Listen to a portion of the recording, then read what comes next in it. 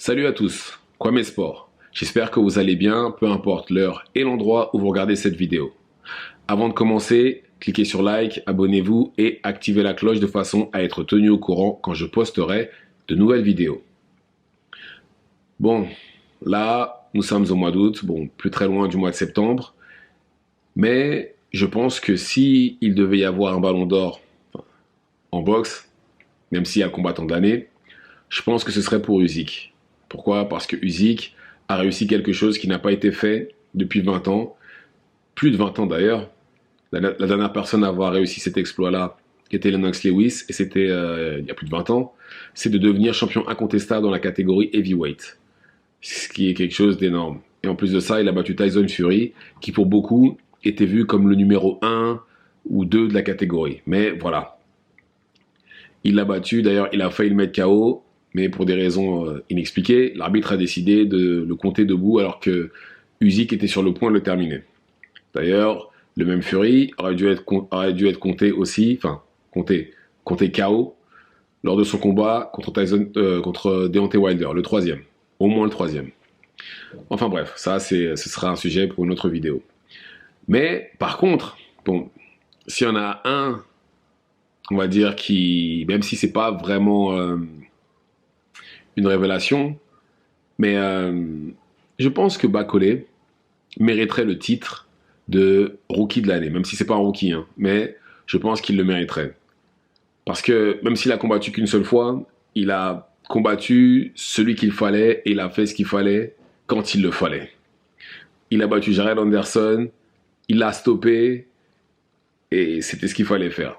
Mais comme j'ai dit, et j'arrête pas de le répéter, Bakole, c'est celui qui brise les rêves des carrières, les rêves des fédérations étrangères et fait ça régulièrement.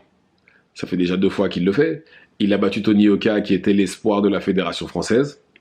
Et là, il y a quelques semaines, c'était Jared Anderson qui, lui, était l'espoir de la fédération américaine, qui voyait en lui le futur heavyweight américain qui allait récupérer toutes les ceintures qui sont en Europe et les ramener aux États-Unis. Bakole a dit non, pas avec moi, ça ne se passera pas comme ça. Et ça s'est pas passé comme ça.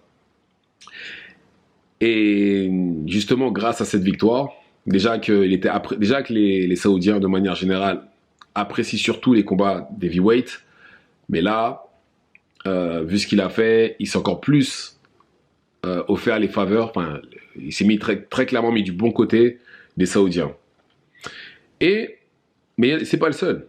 Il y a aussi Charles Power, Big Bang Zeng, qui lui aussi est apprécié du côté des Saoudiens. Lors de son dernier combat, lui, par contre, il a mis KO Deontay Wilder. Il a mis un point d'exclamation à la carrière de Deontay Wilder. Je ne pense pas que Deontay Wilder reviendra, parce que très clairement, sur ses 5 derniers combats, il y a quand même malheureusement 3 défaites par KO. Ouais, 3 défaites par KO. Il s'est fait complètement outboxer par Parker. Bon, il a gagné contre Helenius, mais bon, Helenius n'a jamais fait partie de l'élite. Mais voilà, je pense que très clairement, Deontay Wilder, on ne le reverra plus. Je serais vraiment surpris de le revoir combattre. Donc voilà. Et là, très clairement, depuis la victoire de Bakole contre Jared Anderson, tout le monde, enfin, du moins les promoteurs, et même le public d'ailleurs, veut voir Bakole contre Big Bang Zeng. Je sais pas pour vous, mais en tout cas, moi, c'est un combat que je veux voir. Le choc des titans. Le choc des titans. Là, vraiment, on a Chinese Power, comme dit Big Bang Zeng. Et, et l'autre côté, on a Bakole, le danseur. Parce qu'à chaque fois, si vous regardez bien, la plupart des vidéos qu'on voit lui, il danse. Mais bon, dans le ring, il danse pas du tout même. Non, très très sérieux. Enfin bref. Mais là, je pense vraiment que pour l'instant, c'est que de la parlotte. Mais là, Turki Al-Alchik a réitéré, encore une fois, qu'il voulait faire ce combat-là. Il veut ce combat-là. Je pense qu'il sait que c'est un combat déjà qui fonctionnera, c'est sûr et certain, que le public veut voir. Il le sait. Il le sait. Mais non seulement il a dit qu'il voulait que ce combat se fasse, mais il a dit que le combat, s'il se fait, ce sera soit en Chine, soit en Afrique. Je ne sais pas si vous vous rendez compte. Turki Al-Sheikh, clairement, il fait les choses comme il le faut.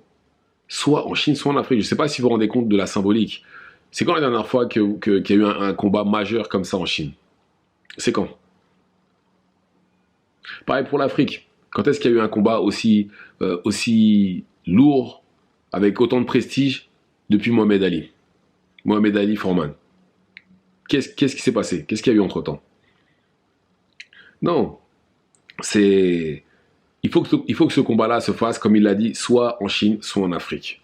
Ce serait magnifique que ça se fasse. Ce serait vraiment magnifique. Bon, par contre, si c'est en Chine, bon après c'est un pays développé, ils ont tout ce qu'il faut, ils ont les infrastructures. Bon, même si dans l'idéal, ce serait mieux que ce soit dans le pays de Big Bang Zeng, hein. Ça servira à rien de le faire dans une région où, même si c'est très clairement une superstar dans son pays, je pense que ce serait mieux de le faire dans sa ville. Je ne sais pas d'où il vient exactement. Mais par contre, si c'est en Afrique, il faut que ce soit au Congo, il faut que ce soit dans le même stade où Mohamed Ali a battu Foreman. Il n'y a pas d'alternative. C'est non négociable. Soit ça, ou soit le stade des Martyrs, qui est le plus grand stade du pays. Soit l'un, soit l'autre. C'est pas négociable. Il faut que ce soit à Kinshasa. Il faut que ce soit bon, même s'il n'est pas à Kinshasa, Martin Bacolé, mais il faut que ça se fasse à Kinshasa, soit dans le stade des Martyrs, soit là où Ali a battu Foreman. L'un ou l'autre. C'est pas négociable.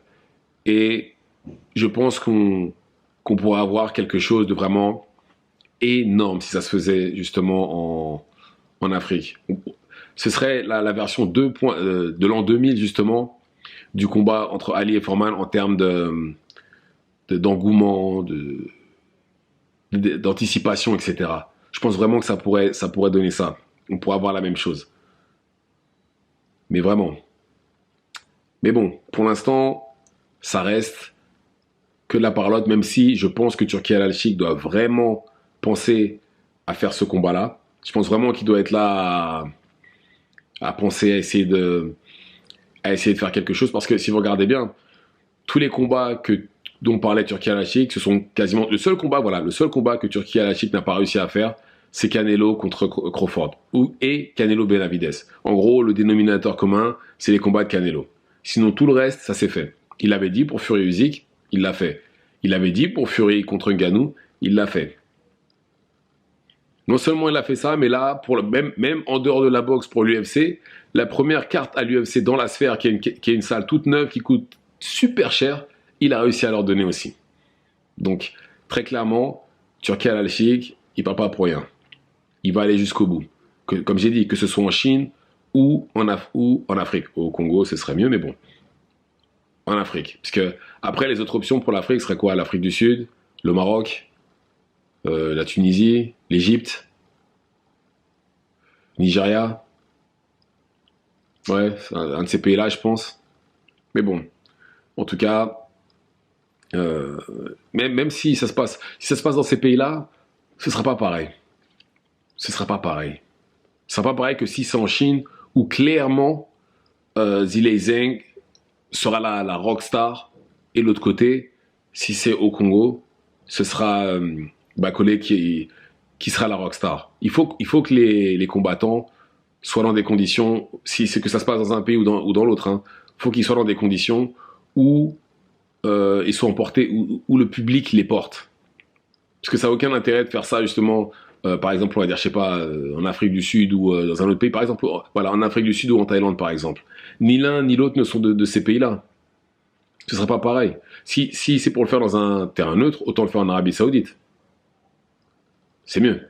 Plutôt que de faire ça en Afrique, comme il a dit. Mais je pense vraiment que ce sera au Congo. Je pense qu'il sait d'où vient Bacolé, il sait ce que représente justement le Zaïre pour la boxe, surtout pour les anciens. Bon, je pense que quand même quelqu'un qui connaît un peu la boxe, c'est ce qui s'est passé entre Ali et Foreman là-bas.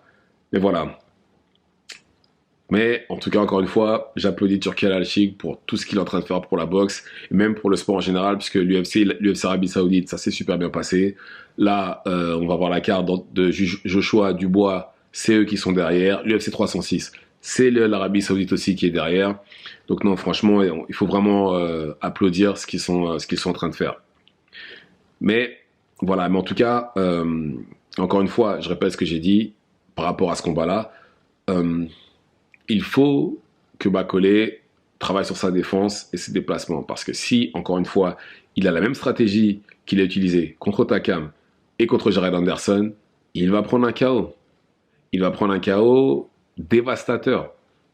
Et par contre, de l'autre côté, Zhilei Zhang, il se fatigue très vite. Passé le 4e round, ça y est, il a plus de jus. Il a plus de jus. Mais bon, voilà, on ne peut pas non plus compter que sur ça en ce qui concerne Zhilei Zhang. On ne peut pas compter que sur le fait qu'il se fatigue parce que qu'est-ce qui va se passer s'il ne se fatigue pas? Ou s'il a un menton d'acier qu'il n'arrive pas à l'allonger? Il faut d'autres solutions. Il ne faut pas compter que sur sa puissance. Ou sur ou faire comme Deontay Wilder, même si Bakole, bien entendu, n'est pas comme Deontay Wilder, qui lui comptait uniquement sur sa main droite. Je pense qu'il faut qu'il trouve d'autres moyens pour pouvoir gagner. Mais bon, je pense que d'ici là, il trouvera. En tout cas, merci Turki Al-Ashik, puisque vu comment c'est parti, le combat va se faire. Ça va se faire. Donc voilà, dites-moi ce que vous en pensez dans les commentaires, activez la cloche de façon à être tenu au courant quand je posterai de nouvelles vidéos, et c'est tout pour moi, ciao ciao.